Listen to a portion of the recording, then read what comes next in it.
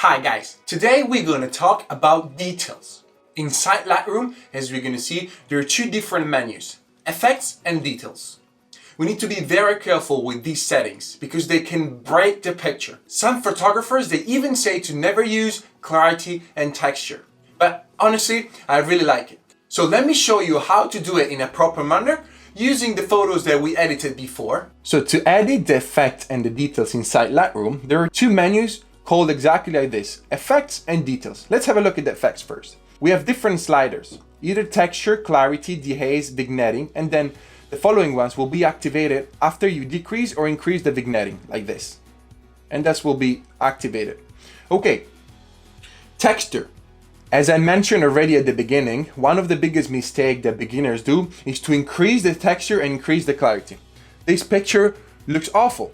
Alright, so this is the before and this is an after. Be very careful with this. Just increase maybe a little bit sometimes and the clarity. Both texture and clarity, increase them a little bit. However, if you want an effect more like dreamy effect, you can decrease the clarity. So you have this kind of blurry but not blurry. So in this case, it doesn't really match. So let's increase a bit the clarity.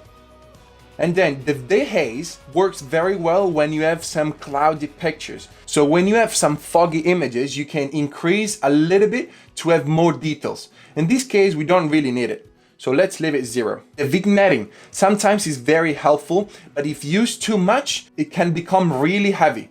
So what we do here, we decrease the vignetting because in this picture will look good, and decrease also the midpoint, which means the center of the feather of the vignetting. We just decrease the vignetting a little bit and the midpoint as well. So this is the vignetting effect. When we increase the feather, you won't see anymore. It kind of blends it within the picture.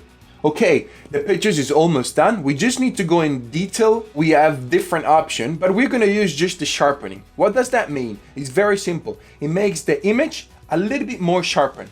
But be careful because if you increase too much, it will bring up the rumor, which is basically the noise that you see in the picture. You see? So we're going to increase just a bit the sharpening, and this is the final result. Before and after. Let's have a look at another picture. So we go in the effects menu. We can increase the texture, the clarity maybe a little bit.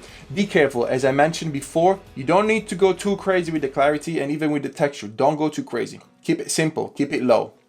And then you can decrease maybe the vignetting, okay? Midpoint as well. Also the feather maybe. If you decrease the feather, you will gonna see the vignetting as a circle. If you increase the feather, you will see less the difference between the vignetting and the center. So when we go in detail, we can increase a little bit the sharpening, not too much. And this is the final result, before and after. And I'm pretty happy with this. Okay, let's have a look at the sunset that we already modified before. We increase the texture a little bit, increase the clarity as well, and maybe decrease the vignetting. By decreasing the vignetting, we are gonna have more focus on the center of the image and decreasing the focus of our eyes of the external parts, even the midpoint.